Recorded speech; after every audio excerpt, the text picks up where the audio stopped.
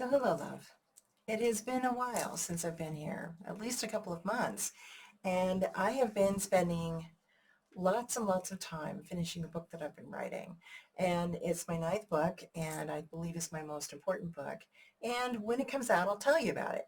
But what happened during these last several months, actually the last 4 months, I've just been cranking hard to get this thing done and to edit it, to get it, real clear about what it is I'm writing about. And I'm excited to present it to you all when I'm finally finished. And when I am finished, I'll tell you some of the stories. So I'm a storyteller. I grew up, my dad was a storyteller, and I grew up listening to his stories. And to me, it's one of the most profound ways to share whatever's going on in the world. And I think that we relate to stories. It's very old. It's the way that our ancient, it goes back thousands and thousands of years, where people would sit around the fire and tell stories. And that's how they learned of their people, they learned of their ancestors, they learned of how to do things, and long before books were written, long before we had any of the technology that we have now.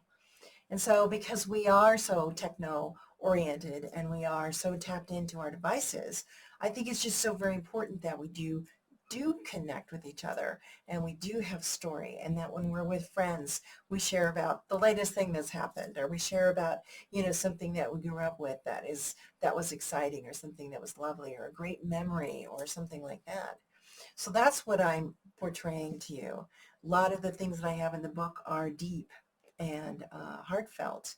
There's stories about things that I may not have survived, but I did many times, and things that I learned and things that I gained from, and how I connect with animals, how I connect with Mother Earth and all of the plant family that we have here on Earth, and with other people. And it's just so important that we connect with each other in deeper ways. And I do believe that one of those most profound ways is through storytelling. So another way we connect is through art, which has a way of music, art, the performing arts. Those are ways that people can express themselves. And those of us who are the observers of that can feel what it is that they're portraying. And whether we understand the language in which it's portrayed in or not, we can still feel it, and we can gain it. It can take us to something further. So what it is that I do is I create art and I teach art. And I've been teaching workshops where I teach neurographic paintings, neurographic drawing, taking what's in your mind, putting it down onto paper, and then we also take it and we put it into different things like mandalas, which are a sacred circle. And so you take it even deeper. So this painting behind me is kind of both. It's also a neurographic painting, and it's also kind of a mandala too. I call it Arcturus, which is a star out there in our vicinity. And if you look up into the skies and you see where the Big Dipper is and the handle arcs over like this, and it'll point to an orange star that's kind of glowing and just sparkling. And that's Arcturus. And Arcturus is massive. It's bigger than our sun, and it's orange, and it's just absolutely beautiful. And I look for it every single night whenever I have an opportunity to be out and watch the sunset go down, the sun go down, and then as the sky becomes a deeper blue, then you begin to see the stars that shine. And there's very few that show up first, but Arcturus is one of them because it's so big, it's so massive, it's huge. So check it out on and Google it, and it's pretty phenomenal how massive it is and how big it is, and quite beautiful. So this is my rendition of it.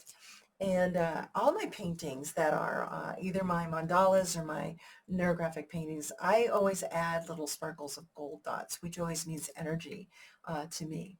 And that's what we do. We are all energetic people. Most everything that we do is energy, it's vibration, it's frequency, it's whatever we put out into the world.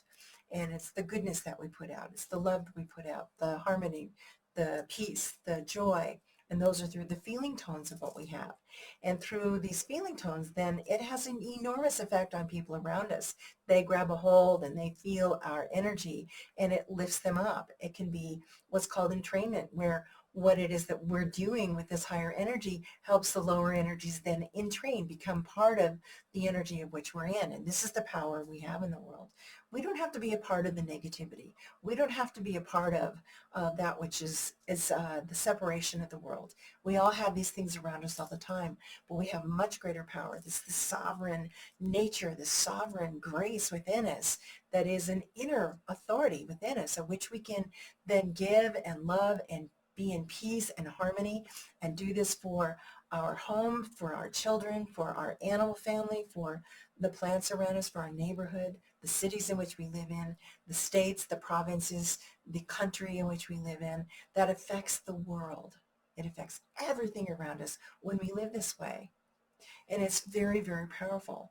And this is the work that I do in the world. And this is what I hold for you, whether you become part of my workshops where I teach these art workshops, or if you're here on these videos listening in. I hold this for you.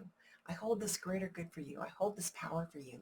I hold the love which generates the goodness in who you are, that innate goodness that is always there. I know that for you. I know that for your world. I know that for what it is that you do and how you reach out to others. And so I leave that with you today, just kind of a bit of an introduction of what my book is about. And I'll tell you more about it later as it's coming along. It's now in the hands of my talented editor and publisher.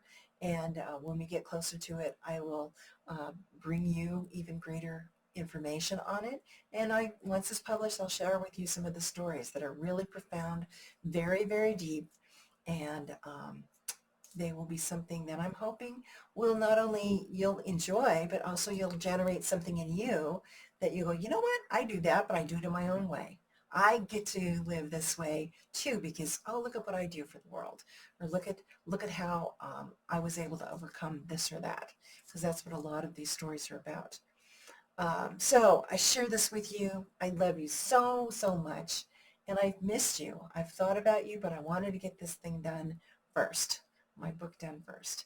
And so I'll be reaching out in even greater ways as time goes on here. So until then, just please know the same thing that Grandma always told me, that I love you bunches. Bye for now.